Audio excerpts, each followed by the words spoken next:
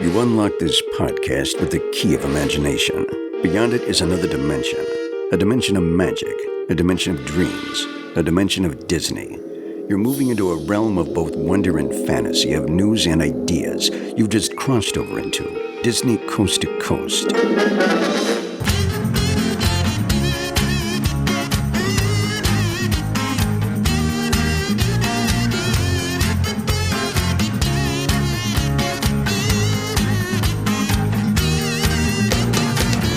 Hey folks, and welcome to Disney Coast to Coast, the ultimate unofficial Disney fan podcast. I'm Jeff DePauli, and today on the show, I have a chat with Imagineer Kevin Rafferty, who retired from Walt Disney Imagineering earlier this month. Kevin's Disney career is a true Cinderella story where he started as a dishwasher at Disneyland and ended up as a creative director and show writer at Imagineering.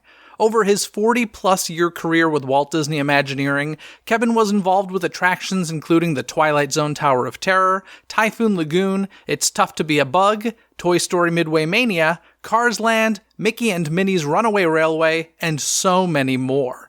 You've heard of all those attractions, but during my conversation with Kevin, we chat about a bunch of his unrealized attractions that were being developed, but never quite made it into the parks. It was my honor to chat with Kevin, and I had a grand time doing it. I hope you enjoy the conversation as well. It's all coming your way right after this.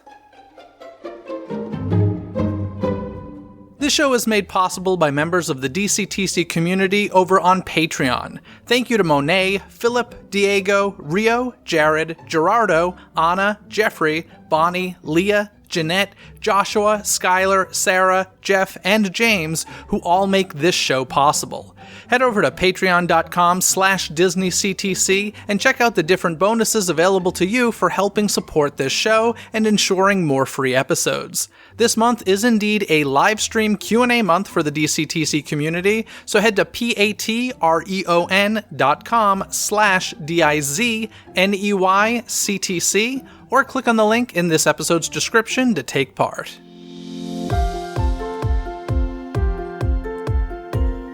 Prepare for some insight. You've tuned in to an exclusive DCTC interview.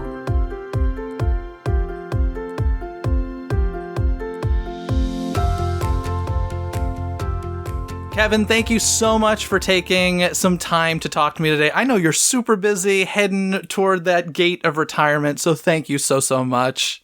Thank you, Jeff. It's an honor and a pleasure. It really is. You know, I love to talk about this stuff, so it's great to be here. You know, and your story is remarkable because you know, it's like the ultimate Cinderella story of working in Disneyland Park as a dishwasher, becoming one of the most influential Imagineers to ever work for the company. And when you started at Imagineering in 1978, the first generation of Imagineers, the folks that Walt Disney hand-selected, were still working there.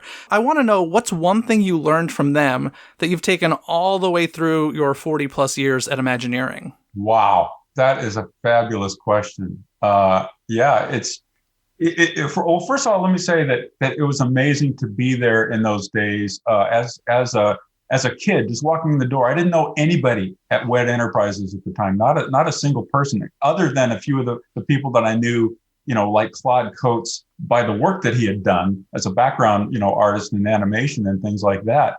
But just when I started the very entry level position, I was in special services. So part of my job was to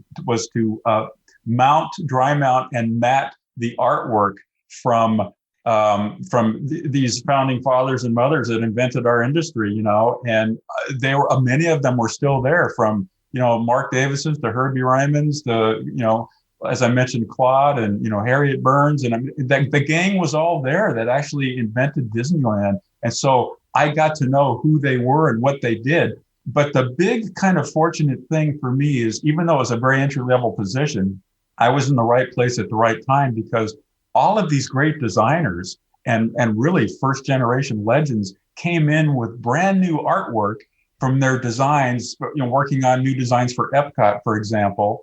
And they would come in very exuberantly and say, Kev, okay, can you put this on a mat? Because, you know, they couldn't be presented to management unless they were mounted and put up on storyboards.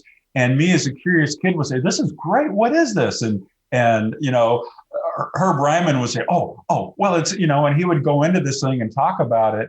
And to answer your question, I think the thing I learned from them was not only kind of their passion and exuberance and optimism for these projects that they were working on, but that they loved to, they knew exactly what they were designing and they loved to talk about it. In fact, in a weird way, as a kid in this little entry level position, I was the first one that they were pitching their ideas to because they had just finished them and they were excited to talk to somebody about it. And so one of the things I hung on to my entire career, and I've had the privilege of pitching a lot of ideas for shows and attractions that went in our parks, is how they were very passionate about that.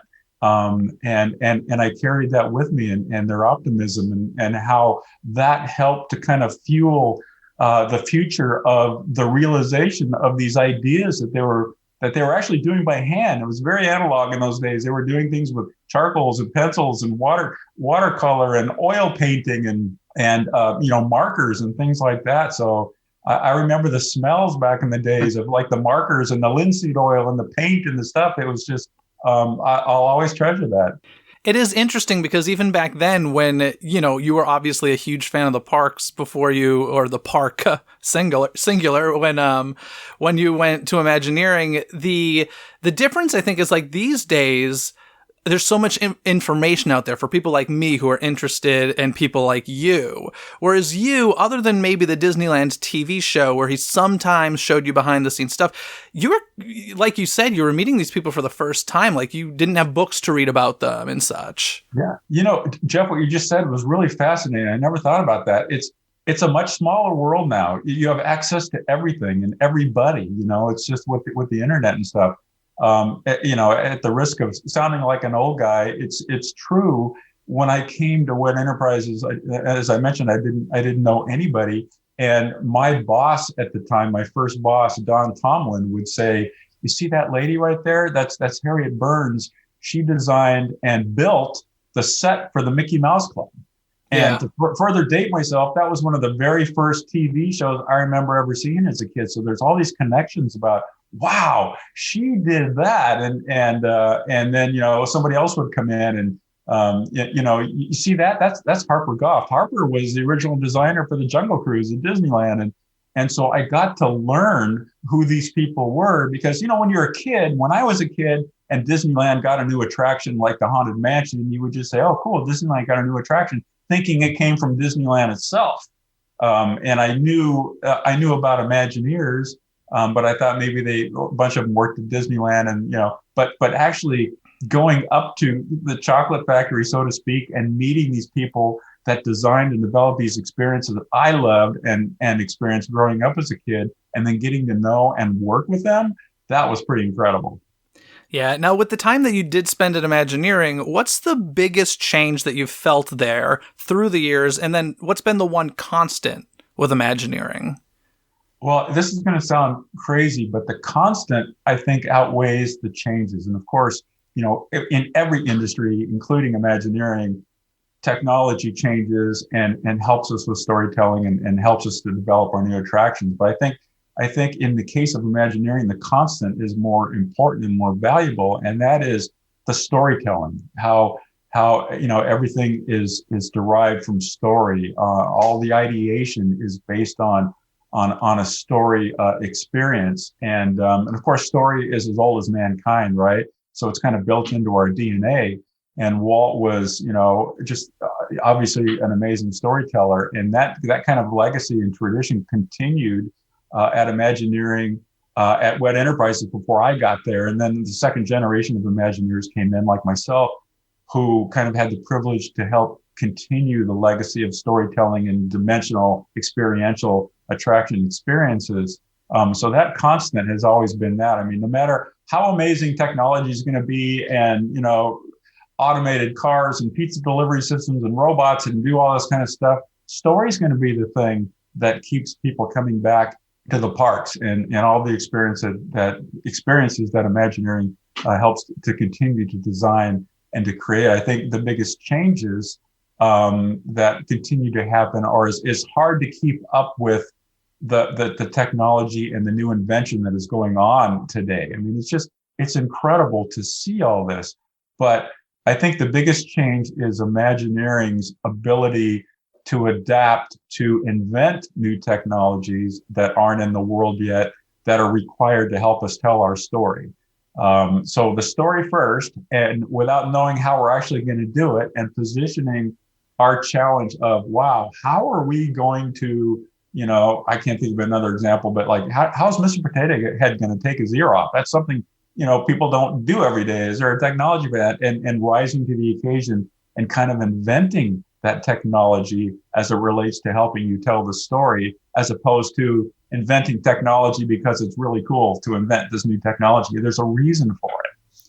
You mentioned Mr. Potato Head. I gotta say, I loved all your stories in the book about Don Rickles. I'm a huge Rickles fan, and I was lucky enough to meet him after one of his shows backstage. I was a nobody. I just recognized his manager and was like, can I please meet him? And he took so much time with me and my friend and was the nicest guy. And I just loved your stories. And you've got to somehow figure out a way to get them to release the audio that you recorded with him that is not in the attraction. 33 hours of pure gold audio with Don Rickles. Put it on Disney Plus. I'll listen to it all. Jeff, that is so cool that you actually got to meet him, because that's the thing. I was terrified the first day I was going to work with Don Rickles, because I grew up watching him on roasts and doing his thing and being Don Rickles, but he was the sweetest man. He really was. And you're right. He spent all the time with you, and it was such a fun experience. But I learned that, when Don was coming in to record, that we had to allow an extra half hour because he'd come in and it was story time with him. And of course, we all loved it. I mean, he was there, all of his TV stories, movie stories, he was in movies, and it was just fantastic to really get to know him. And he became a really dear friend. He was really a lot of fun. That's amazing. Now, you've obviously created and been part of so many amazing attractions that Disney fans know and love, but considering I only have a bit of time with you today, I'd love to hear more about some of the unrealized attractions you're part of that are read about in your fantastic book. But before I get to any specifics, I am curious, if you had to guess, what percentage of projects that you worked on were unrealized? Oh, my goodness. Yeah, there are. What percentage? I would say probably 75% of the ideas that I helped to generate, or I work with my friend and colleague Robert Coulter. We worked on Midway Mania together, Radiator Springs Racers, and many other attractions. We have a lot of ideas in the drawer that, for various reasons, we did a lot of them just because they sounded like fun. That didn't happen. But that's just the nature of the business. I mean, you can't build everything that you dream up. There's a reason why the ones do get realized for various reasons, because there's a need in the park, or for that reason. But it keeps you fresh. It keeps you going. It keeps your mind thinking. Coming up with new ideas that don't get built. But what's really funny, Jeff, is that you oftentimes reach back and you draw from things that came out of other attraction ideas that you can use in other attractions. Robert and I were actually working on a coaster idea. I'm not going to get into the details of it, but our little idea was that the coaster cars were like ore cars that swivel as you went around and so we kind of landed on that. And then ultimately that particular attraction didn't happen, but that idea came into the Seven Dwarfs Mine Train. So there are bits and pieces of lots of attractions and projects that are in the drawers at Imagineering that were never realized and never built, but that pieces of them ended up in other experiences. I want to hear about Dick Tracy's Crime Stoppers, because, first of all, you had so much to do with Disney Mgm Studios, which is my favorite Disney park. I haven't been to them all, but I love, as a kid obsessed with Hollywood and showbiz, growing up in Massachusetts, it was my first introduction to Hollywood. And I still love it to this very, very day, and did even through all the construction. But Dick Tracy's Crime Stoppers, I get the movie wasn't the biggest hit, but the visuals of that film were so amazing. And tell me a bit about Dick Tracy's Crime Stoppers, where it was going to go. Well, let me just say it was epic. So that attraction actually came out of the expansion for that park that we both know and love so well. It was many of the attractions that were in that park were long experiences, like the Great Movie Ride, like the Backstage Tram Tour, like the Walking Tour. They were all, a half hour, 40 minutes long. And so part of the second phase development was to create attractions that had shorter durations. And one of them was Dick Tracy's Crime Stoppers. And it was epic. And we built this mock-up in a warehouse in North Hollywood. And we had the gangster car. We built a section of downtown, of a downtown that was real scale. And it was just amazing. And of course, as you mentioned, the art direction for the movie was absolutely stunning. And so that kind of inspired the art direction, of course, for the mock-up. And, the reality is it would have taken a show building, to house that entire city. It would have taken a show building about half the size of that park. So it was fun and amazing. And as great as it was to help to kind of design and develop the mock-up that proved that attraction out, that was one of the ones that got away. It was really a spectacular. I'm glad you brought that up. That brings back a great memory. I'll tell you what, I am all for a Dick Tracy attraction the size of Rise of the Resistance. I'm all for it. Let's. I actually truly believe that now is a great time to reboot Dick Tracy, and I don't know whether or not this is true or not, but I think Warren Beatty owns the character. Do you happen to know if that's true? I don't know that, but I do have a fun little sidebar Warren Beatty story. I was standing out in front of our Imagineering building, and this gentleman walked by, and somebody came up to me and said, "Is there an Imagineer that looks like Warren Beatty?" And I said, "No, but I think that was Warren Beatty. He was actually in the building doing something." So that was pretty cool. Also part of this MGM expansion, there was Toontown Transit, Baby Herman's Runaway Baby Buggy Ride, and Roller Coaster Rabbit. Oh gosh, I would have loved to see any and all of this in the parks. Same area-ish, like kind of off of the Sunset Boulevard way, or? Yeah, it was like around behind the Sunset Boulevard area. I can't remember exactly where it was. Maybe it was going to go like right around where Fantasmic was, but it was Cartoon Studios, right? Okay. And the Gus the Bus attraction was so much fun. It was just, how crazy is it that the character that you're riding inside is a bus who doesn't really want a bus. He really wants to be a star. And then you go through this crazy, wacky experience where in the end, he's discovered and he gets to be a star. So happily ever after. That was another epic attraction idea that would have been a lot of fun. That you got to do a mock-up, though, and you did the wraparound screen. And so, how lucky are you? You got to experience these things, not only create, but you actually got to experience them in mock-up form that Disney fans would kill to, there should be a mock-up park. There we go. Take all of the mock-ups you guys did that didn't become fully realized. You know something? The mock-ups, Jeff, really are equally as fun as the real deal. I mean, you mentioned Dick Tracy. We did, like I said, we did that full-scale mock-up and rode put Michael Eisner with me in the back seat of the car and went slamming around town. It was really a lot of fun. Gus the Bus, we built a full-scale mock-up and brought that character to life and use the technology to prove how that would all work. And, we did Toy Story Midway Mania. We built a full-scale mock-up out of, plywood and other kinds of off-the-shelf things, but helped us to design the games. And it was so funny because people would come over, including our top management, and get so into the gameplay that, they didn't want to leave. So the mock-ups are really fun. Yeah, now you mentioned Michael Eisner, and I got to say, I'm a huge Michael Eisner fan. I love your stories in the book about him.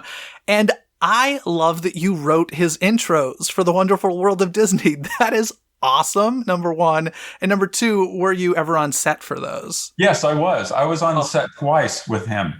And I to this day, I that was all like a dream, is I got a call from the studio and said, "Hey, would you consider writing Michael's intro for the Wonderful World of Disney?" And my mind went immediately to, my family gathered around the black and white TV when I was a kid to watch The Wonderful World of Color with Walt, and Michael was kind of positioning himself as the host and the intro to whatever was being presented that night. And he kind of wanted a little bit of a personality introduction. And I think I wrote, I don't know how many of them there were, but I think I wrote 10 or 12 of them. Those are so iconic to people in my generation. Oh my God. Like, I honestly wish, I know they're starting to put some of those Wonderful World of Disney projects on Disney Plus, and I'm like, I wish that they would include those Michael Eisner intros. Like, they were just as memorable to me as the actual product. Oh, and they weren't. And you can imagine, I got to be on the set of a couple of them, as I mentioned, and one of them was Michael sitting on this lounge chair in front of the fireplace, and, it was all in a soundstage, and I envisioned this is what it was like, back in the days with Walt, and hello, I'm Michael Eisner, and tonight's, it was awesome. That's so cool. No, of course, you would ultimately create the first Mickey Mouse ride, but long before that, there was Mickey Mouse Through the Ears, which was going to be a celebration of Mickey's 60th anniversary, to go into the Carousel of Progress Theater at Disneyland, which at the time had America Sings. Carousel of Progress is my favorite Magic Kingdom attraction. I know that you did the update on that, which is amazing. So I want to hear a bit more about the Mickey Mouse attraction that never came to be. Well, it was a really fun attraction to help design. I got to work with one of my heroes, Claude Coates. Claude worked with Mark Davis on Pirates of the Caribbean. Claude was like the greatest set designer and background painter in animation, and he was a big hero of mine. And so Claude and I teamed up and we created Mickey Through the Ears, which was a little kind of a retrospective celebration of Mickey using the Carousel of Progress theatrical stages with the side stages, and that would rotate around and tell the story of Mickey. And it was just a lot of fun to develop that with Claude. And that's another one that would have been a sweet little show, but it was a show. It was a theatrical show. And even though you can consider Carousel of Progress being a ride, because it kind of is, Mickey Minnie's Runaway Railway is actually Mickey and Minnie's first ever ride through attraction. So that's cool. It took a while to get there, but it turned out great. Now, when you updated Carousel of Progress, which is the current version in Magic Kingdom, did you add the holidays in? Was that part of your team doing that? I wanted to do something. I actually suggested doing the holiday overlay just to create a little bit of differentiation. Yeah, I love that.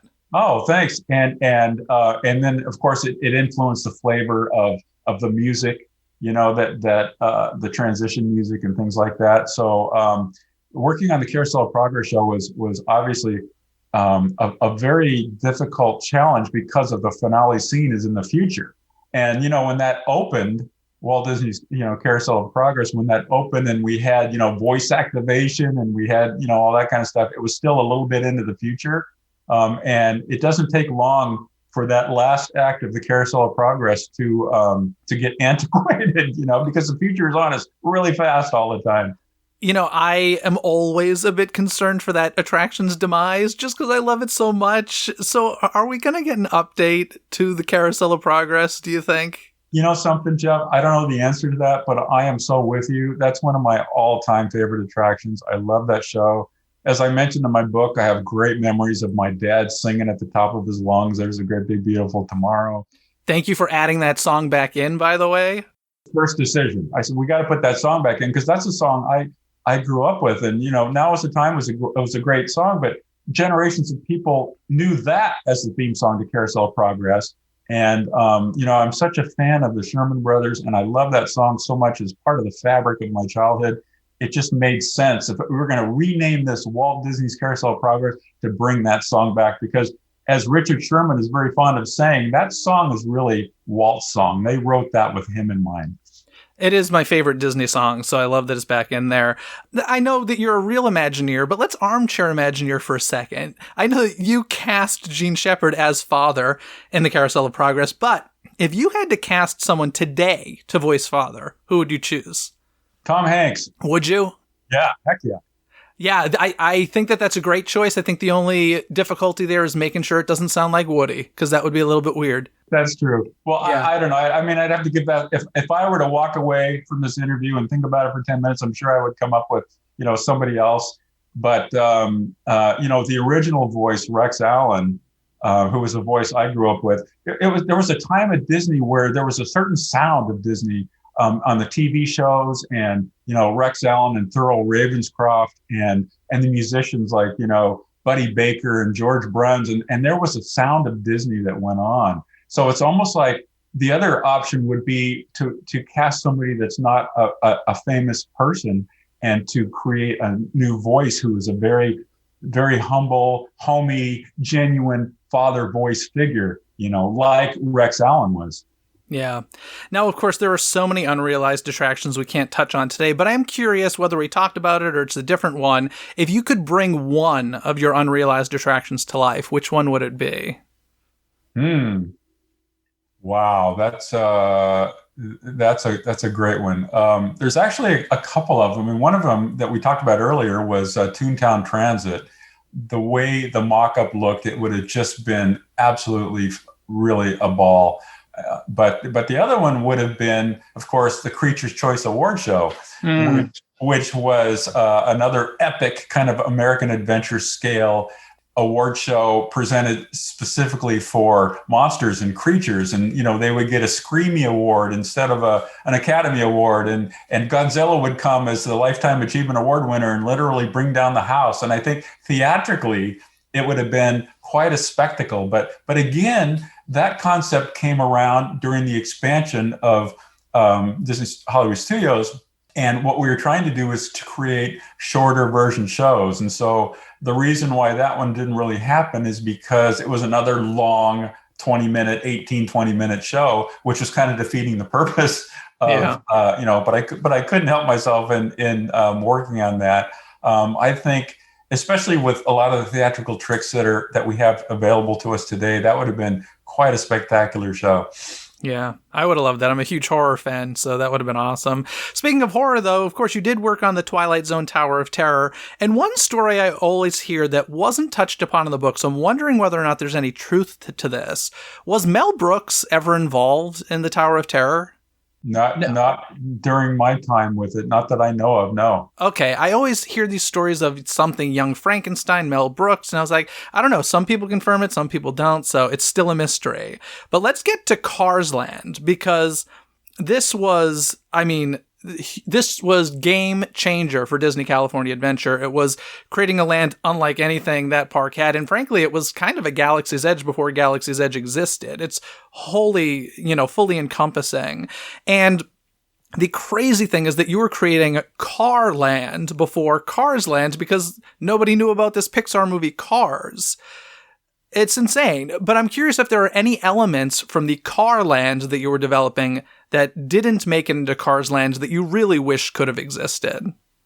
Oh, well, that's kind of a trick question because I would have loved to have seen the little road trip attraction, a Road Trip USA go into it. But then that would have contradicted the parallel universe world that the cars live in, right? Because it would have been a different thing. It's so funny. I mean, my head exploded working on this whole land with a street, a full-on Main Street scale cruise street, and having other attractions, and then being told that Pixar is working on a movie about cars, named Cars. It was mind-boggling. What are the odds of that? And so there really wasn't anything from Cruise Street or from the original Carland, one word Carland concept that would have lent itself to that world of cars. So unfortunately, as fun as some of those experiences were, they thematically would not have fit together. Now in the book, you do mention how you had no interest in working on Disney California Adventure when it was originally being built. And at first I was kind of surprised to read such an admission, but even more shocked that you had the ability to turn down the project. So how exactly does that work? Are you able to say no to projects? How does that work? Well, it's not that I didn't really say no. I guess the way I said no was that I had like 3 other projects unrelated to Disneyland Second Gate Park, going on, and I was busy with those. I can't tell you exactly what they are at this time, but becoming part of the team that designs and develops a whole new park is quite a commitment, and so you have to push everything else aside. And I was already committed to them, so. I just would like to say about that I'm kind of a park traditionalist. I kind of like, the traditional way of, immersion and berming and things like that. So it didn't, let me just say, it didn't break my heart that I was not on the original team for the Disney California Adventure Park. But I do have to say that the wonderful thing that happened as a result of that was after that park opened, then I was able to come in with fresh eyes and to help contribute some attraction ideas that expanded the storytelling of that park. Cars Land being a huge one, Monsters Inc. Mike and Sully Rescue, Toy Story Midway Mania, worked on Flick's Fun Fair and A Bug's Land. And of course, It's Tough to Be a Bug, I originally did for the Animal Kingdom in Florida, and we brought that version to California. So it's crazy to think that when I was a kid working at Disneyland and I'm parking my car there in the parking lot where Cars Land is right now, that dreaming that someday wouldn't it be fun to be able to contribute to these park ideas, and then to actually do that, the whole thing's like a fairy tale. I literally just got chills. I mean, I read that in your book, and I just got chills hearing you say it because, gosh, what a dream. Your Cars Land is where you used to park to go to work. Like, it's mind-blowing. Your people are telling me I got about 5 minutes left with you, so I'm just scratching the surface, but I gotta ask, you make a point in your book to say that Disney doesn't do cookie-cutter attractions. I believe you're talking about Midway Mania. So I'm curious, what differences can we expect when Mickey and Minnie's Runaway Railway makes its way to Disneyland? Aha. Well, all I can tell you is, not to let the mouse out of the bag, all I can tell you is that there are a few changes. It's not going to be exactly cookie cutter. The experience will be very similar, but there will be a few changes. And because, when we did Mickey Minnie's Runaway Railway at the Chinese Theater, we pretty much what I like to call built the ship in the bottle in the existing facility there. But the Disneyland version is going to come with its own facility, which will allow it to just expand out a little bit and make a couple of fun little theatrical and staging changes. But that's all I'm going to say about it. You'll have to wait and see. Yeah. All right. Can we expect a second edition of your book with a Runaway Railway chapter? Oh, that would be fun. Thanks for asking me. I don't know at this point. I'm not going to say no, but I'm just going to see what this retirement thing is for a few weeks and see what comes out of that. But maybe, because that's one thing I would love to talk about. The story behind Mickey Minnie's is deserves a whole chapter. It was really fun. So, are you actually retiring on April 1st? You're not going to send people into space or anything? Didn't I tell you I'm working for SpaceX after that? No. Yes, I'm actually retiring after almost 43 years and going out with a really great sense of pride and accomplishment, and it feels like a really good time. And especially after the last major project being Mickey Minnie's Runaway Railway, is helping to deliver Mickey Minnie's first ever ride through attraction. It feels like a really kind of cool time to kind of go out on top, if you will, Have you been working from home, or have you been able to go into 1401 recently? I've been at 1401 recently, a couple of times, but like the rest of my colleagues, we've been having lots of Zoom call meetings and working from home and actually getting a lot done. It's been working out really well. Do you have any, have you thought about what your last moment in that building as, a full-time Imagineer will be? Are you going to stop at Walt's picture, or is there anything that you've been thinking about? I love that question. I at this point, I have no reason to go back to the 1401 Flower Street. I was there, sad to say I was back there last week to kind of clean out my office. And there weren't a whole lot of people there, obviously, because of the pandemic. And so I just had this really kind of emotional trip down memory lane. I walked through the whole building by myself and ended up at the Walt picture in the lobby and got in my car and drove away. Unbelievable. Well, Kevin, thank you so much for the past 40 plus years. Every event I've ever seen you at, you're always so interested in talking to guests and telling your stories. I'm so happy that you've put them into an amazing book. And congratulations on a truly impressive career and for taking the time to chat with me today. I really, really appreciate it. Thank you, Jeff. It was my pleasure. You're a great interviewer. It was really fun to talk to you because I know you love this stuff. So it's always fun to talk about what people love. So it's awesome. You made it great. Thank you. Listen, I could go on for hours. So if you ever get bored during retirement, just reach out and we can have another chat. No problem. Will do. I hope you enjoyed that interview with Kevin where we discussed a lot of developed attractions that didn't quite make it into the parks. But now my pal Kyle Burbank from laughingplace.com is joining me to discuss attractions that did indeed get completed for our enjoyment. Each of us came up with a list of 3 attractions that Kevin Rafferty worked on that we feel were game changers for Disney or the theme park industry in general. So Kyle, in no particular order, what are one of the attractions on your list? Well, first of all, Jeff, let me just say I really enjoyed your interview, and I definitely want to pick up Kevin's book now because of it. But the first attraction that I chose is Toy Story Midway Mania. Not on my list, but yes. Definitely on my list because I know it wasn't really the first Disney interactive ride because that would be Buzz Lightyear, but I feel this definitely stepped it up for them and that kind of fit into that whole initiative that they've had as far as more interactivity in the parks in a number of different ways between rides and meet and greets and other alt meet and greets, if you will, like Turtle Talk with Crush and things like that. And then I think this also brings up the whole, people have criticized the use of screens in Disney parks, whereas I think that for the most part, they've done pretty well at integrating the reel and the screens. And I think that this is actually a good example of that. Even though it's mostly screen based, I feel like there's enough there that it's not just relying. I don't think it's cheap, if that's what that way.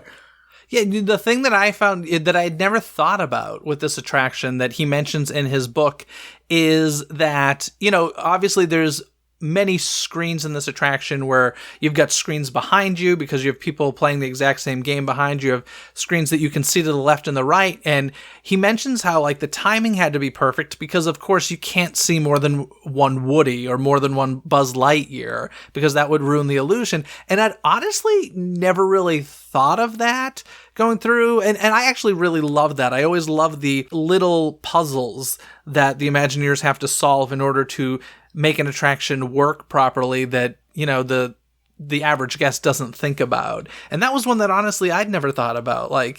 Yeah, I know there's another Woody right behind me here, but of course there's no way I can see him. Even if I turn around completely, I'm looking at, the backing of my seat. So I thought that was an interesting point. And yeah, definitely a game changer as far as Paradise Pier was concerned. That Absolutely. Really brought in the whole new Paradise Pier 2.0 look.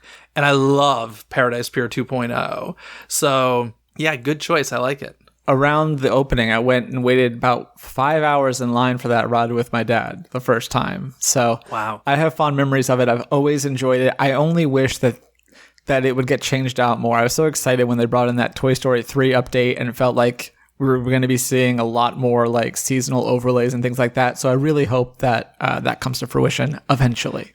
Yeah, that would be cool. I mean, I always think of Star Tours when you talk about that, how the initial concept was to have films that changed out and how many years did it take for that to actually happen, but it did eventually happen. And Star Tours has tons of iterations now. So eventually it may just happen with Midway Mania. And correct me if I'm wrong, in Disney California Adventure, it's Toy Story Midway Mania, right? And then in Disney's Hollywood Studios, it's just Toy Story Mania? I think originally it was Midway Mania, and I think it was Midway Mania at both, but over time, that Midway has really just gotten dropped all over the place. I still prefer it, at least especially for the California version. But yeah, for sure. I think, I don't know what the 100% accurate nomenclature is these days. And I love the Mr. Potato Head audio animatronic. Gotta love some Rickles in the parks, so solid choice. One on my list is It's Tough to Be a Bug, and most specifically in Disney's Animal Kingdom. I love this attraction in general, and I think Kyle, you're probably scared of it if I had to guess, right? I literally sit on the edge of my seat. You don't want to be stung and you don't want the bugs running under your butt, huh? Nope. I think the stingers are probably the more offensive effect for me, but yes. It's so funny because, this attraction came about, and he talks about this in the book, because Michael Eisner wanted to show In the Tree of Life, and it kind of, from what it sounded like, caught them a bit by surprise, and then it was like, you know what? Yeah, like to me, Tree of Life feels more like a Cinderella castle, where it's more about just looking at it as the icon of the park. But Michael Eisner was more like, no, this needs to be more like a Spaceship Earth, where the icon has an attraction inside. And thank goodness he did have that idea and realization. It is interesting to hear him talk about, some of the stuff that was supposed to be in there. I guess at one point there was a Rafiki attraction being designed for it. And I love the fact that this was in development. It's Tough to Be a Bug was in development before the movie came out, A Bug's Life, which I think that's one of very few attractions where that's happened, if not the only one. But it is one of my favorite 3D experiences in a park. I do love how they don't shy away from the scares. I know you don't love it, but I love the fact that it's legitimately scary. Yeah, no, I agree. Even though it's not my favorite experience, I have to admit that it's a well done show. Even the one in California, I think that the setting, like walking down into that theater area, was just totally immersive and interesting, and had a lot of fun in that queue as well as in the show. I think it's really well done. I'll give it that.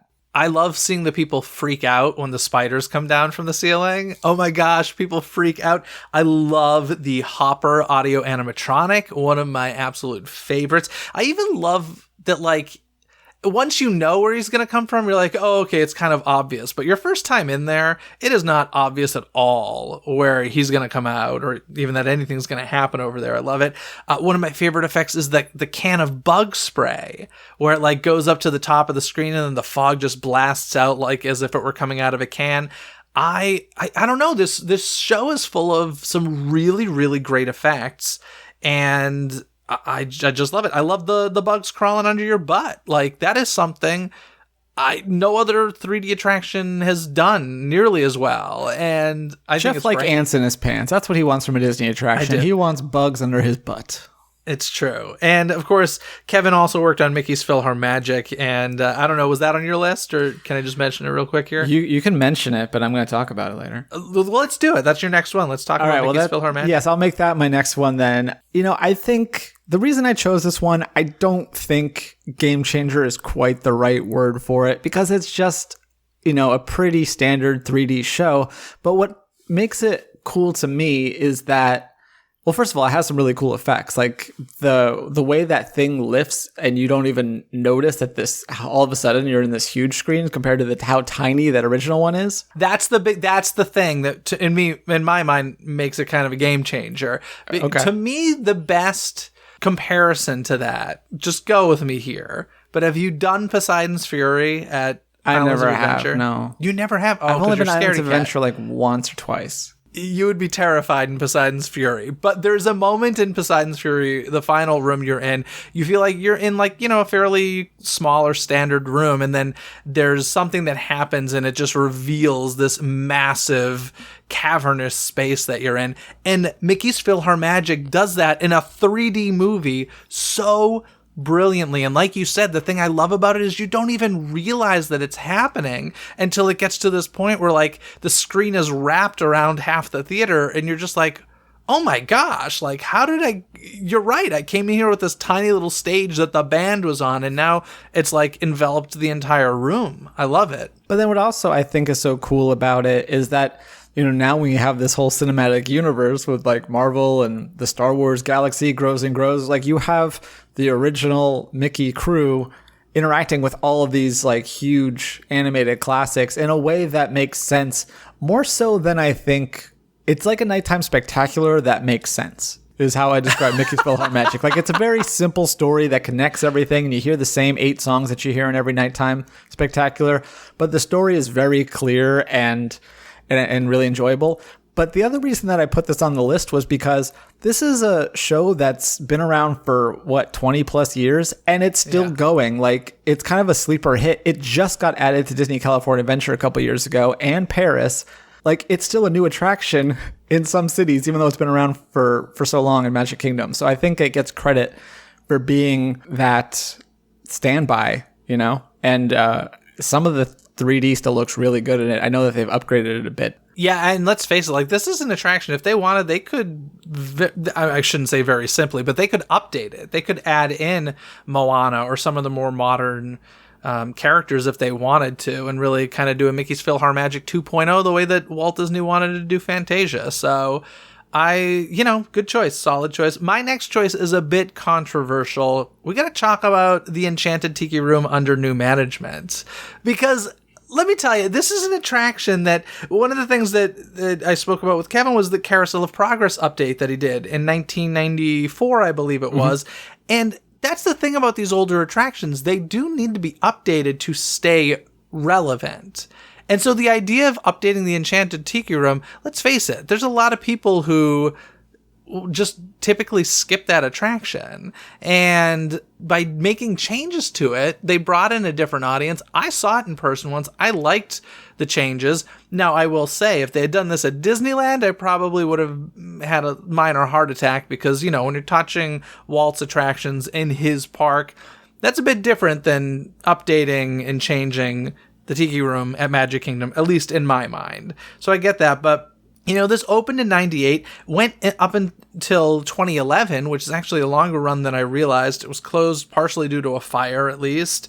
And one of the things that he says in the book that I found really interesting was, he took characters that were sidekicks, right? He had Zazu and Iago. And he does say, he's like, maybe the lesson learned here is that sidekick characters just need to remain sidekicks.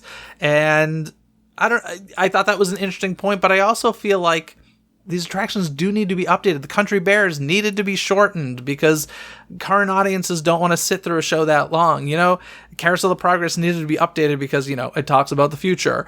And the Enchanted Tiki Room needed an update, in my opinion. No, I agree that these things need to be updated. I mean, I will say that version was not my favorite. I think a better version of an updated Tiki Room is the one in Tokyo with Stitch's Aloha Ikomamai. I really like that show. So, I mean, I understand it, but at the same time, it's kind of interesting that you mentioned the Carousel of Progress, which I was going to mention as an honorable mention just because I, too, like you guys were talking about in your interview, just love that attraction so much, even with, that last scene getting older and older. But that really embraced it and became Walt Disney's Carousel of Progress, whereas with the Tiki Room, it eventually became Walt Disney's Enchanted Tiki Room, but before that, it had to veer the other way. So, I mean, I get it's interesting, the divergence of those two ideas of really embracing it and going back in time and modernizing. And, one's still around and one's not. Yeah, no, it's interesting because I know that you are not one of those people that... I don't have a ton of sacred cows. Yeah, there we go. You don't have any sacred cows, but I am curious. My statement about you can do it at Magic Kingdoms, but not at Disneyland's. Mm-hmm. Do you relate to that at all? Do you feel... Okay. I mean, that's why it's kind of funny is because one of my first trips to Florida, hanging out with Aaron Wallace, he said, you can totally tell you're a Disneylander because all you've wanted to do this entire trip is go to Country Bears and Carousel of Progress. And so it's always ironic to me that those are like the classic attractions. And so when people from Disneyland who have that very like steeped in Walt history aesthetic go over to Disney World, that's what they want to do is those attractions. But yeah, it's just kind of funny to me that they don't exist in the classic park anymore. But yes, I definitely feel that way overall. Carousel of Progress is the attraction at Magic Kingdom. I love it so much. But in any case, what is the next one on your list? When I was looking at his resume, the thing that really jumped out to me was the thrill element. And so on that, I wanted to call out Test Track because, first of all, it's a very thrilling attraction, one of the fastest in any Disney park. And it also holds a special place in my heart because it really, I mean, what it's teaching you about maybe isn't the most important thing. It's not science. It's science-based, but it's not, a big, something you learn in a classroom, but it's still teaching you something about the real world and marrying it with thrills. And I think that's actually a really important thing for Disney to show that they could do. And obviously the ride's been updated since then. I like both versions, and I think it's cool that Disney could explore and do something that was thrilling, but the thrills made sense for the story. And I think that's a big part of it too. Well, it's funny how you mention his resume and thrills, because he certainly did work on some thrilling attractions like, Rock and Roller Coaster and Tower of Terror and stuff. But if you read the book, like, you'll learn he is a scaredy cat when it comes to attract. He does not like roller coasters. He does not like drops and stuff like that, which is why a lot of his resume is also, like a Mickey and Minnie's Runaway Railway and some of the happier-go-lucky sort of stuff. But it is really funny. He tells great stories about the research for Test Track, and he got in real race cars, and he did the stuff that legitimately scares me. Like a ride, I'm like, it's on a track, I'll be fine. But like getting in a real race car and doing, those crazy moves terrifies me. Like, no, thank you. And he did that as part of the research for the attraction. So great stories in the book. But yeah, Test Track is definitely, it's still huge at Epcot, and it's been how many years at this point? So many years. So crazy. It's funny that you mentioned Test Track, because that kind of goes into my next choice. It's related anyway with Cars Land as a whole. Of course, there's Radiator Springs Racers, which uses that same technology as Test Track. But Cars Land, I mean, this is, in my opinion, the ultimate game changer for Disneyland Resort. This land it is so totally immersive. I'd say as well done as Star Wars Galaxy's Edge as far as the land is concerned. The only difference is, you can see the exit of Cars Land and see into the rest of the park at certain spots, whereas Galaxy's Edge is not designed that way. But as far as the detail in the park, it feels just as detailed as Galaxy's Edge. And in this case, you actually feel like you're walking into the movie. You're actually walking into Radiator Springs, which is one of the things that a lot of people complain about with Galaxy's Edge is I don't know this land from any of the movies. So, I don't know, ultimate game changer in my book, Cars Land. Yeah, I mean, that's in the history of Disney California Adventure, Cars Land is really the turning point. You had a little bit of it with... Not even just DCA, though. Disneyland Resort. Disneyland never had a land as immersive as Cars Land. At least not one based on an IP. No, that's fair. I just meant, for me, what I think of not just the immersiveness of Cars Land, but what it did for the park and being able to draw people away from Disneyland, having something that would take them over there. And I was going to say, a little bit with World of Color and Little Mermaid. But once Cars Land opened, that's when, deciding between which park you wanted to go to got a little bit harder. And if you had to be at DCA on New Year's Eve, maybe that wasn't such a bad thing. And I think it gets a lot of credit for that. And speaking of New Year's Eve and even in general, just one of the most gorgeous places to be at night. Oh yeah, when they turn on the lights, it's so great over in Cars Land. They have a nice little musical moment when all the neon turns on, and it's great. You should, if anybody listening who hasn't done that, if you have a chance, totally do it. It's worth checking out that. And I can't talk about Cars Land without talking about my favorite thing, which is audio animatronic figures.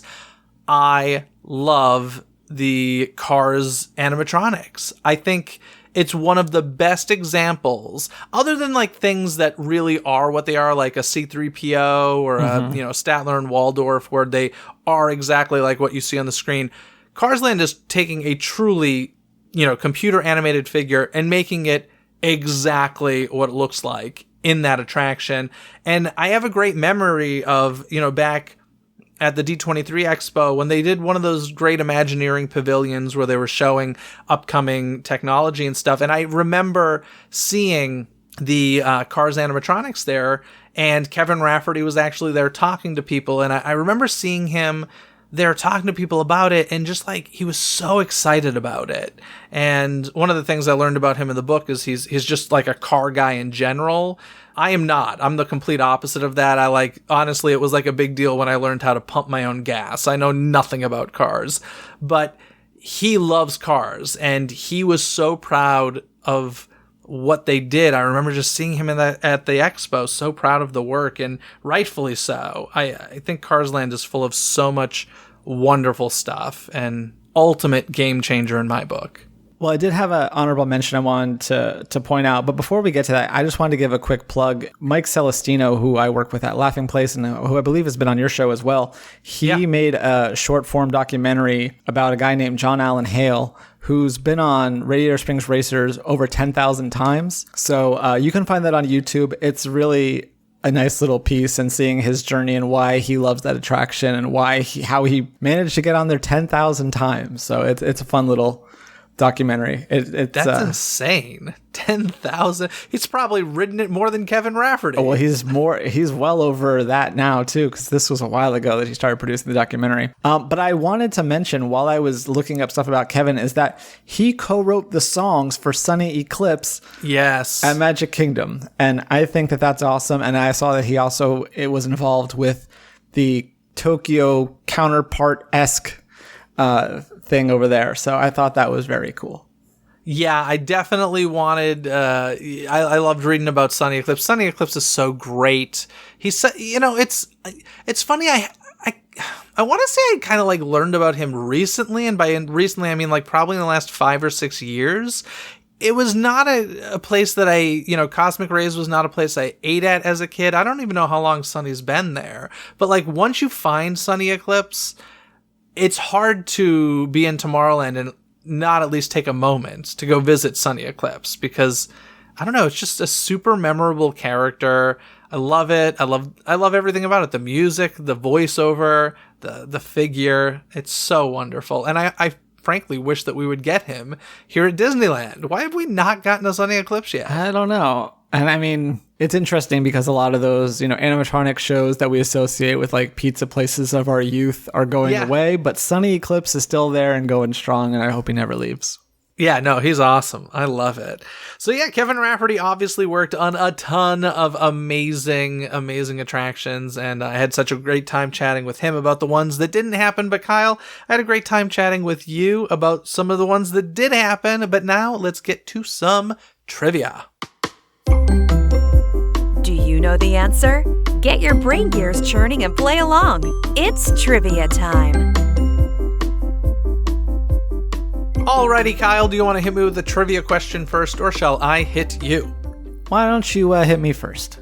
Alrighty, well, Kevin Rafferty, of course, worked on Toy Story Midway Mania, and on that project, he worked with the late, great Don Rickles as the voice of Mr. Potato Head. But Don Rickles' voice can be heard in another project that Kevin Rafferty was involved with. Do you know which attraction that was? I don't know offhand.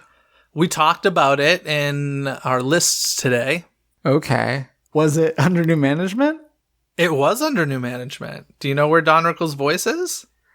No, I don't.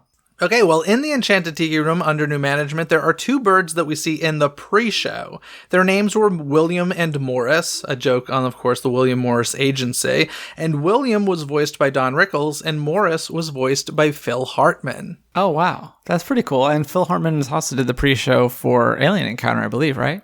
He did at one point. He was replaced. The one that was around for like a couple months, or? I can't remember which way it went, but Tim Curry either replaced him or was replaced by him, and I'm forgetting which direction it went, but yeah. Okay. Yeah. I clearly never went on that. Oh, I did go on that. I'm when I talk about this stuff, I realize like I'm kind of old, man. I've been going to these parks for a long time, and as great as it is to have all these memories and experiences, it's also kind of depressing.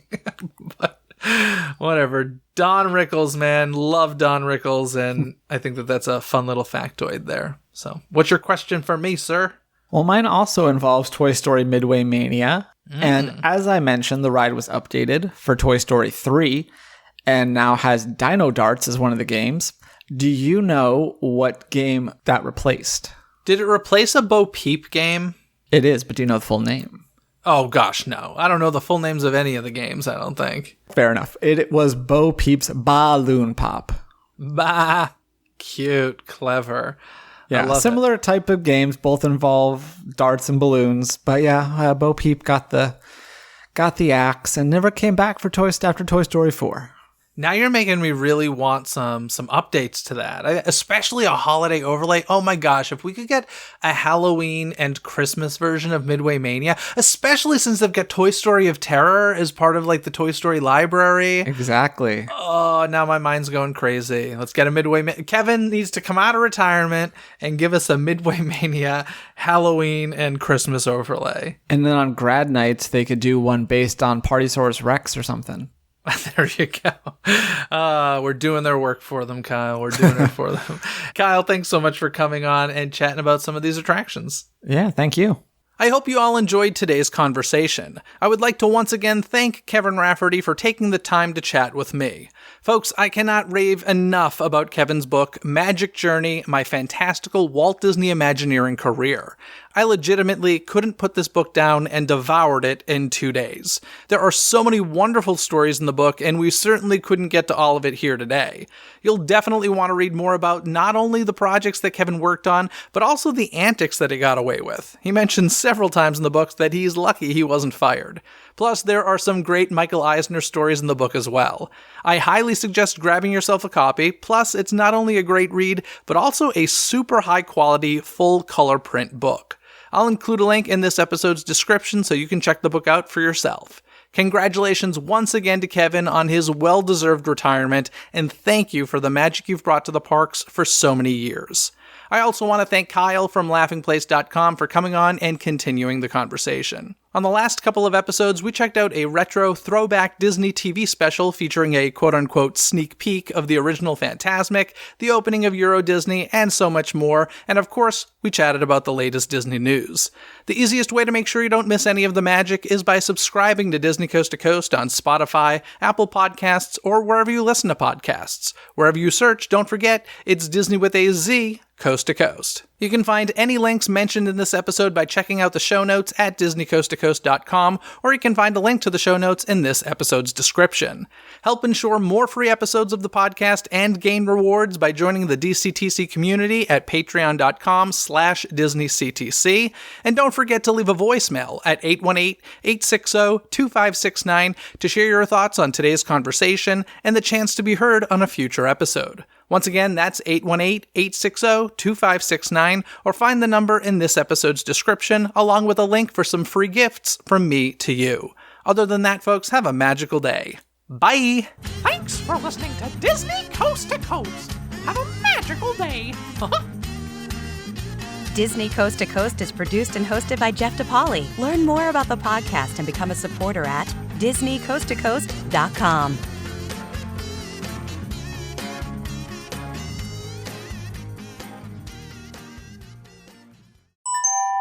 This podcast is part of the DePodcast Network. Learn more about this show, plus find more quality and entertaining podcasts at DePodcastNetwork.com. That's DEPodcastNetwork.com.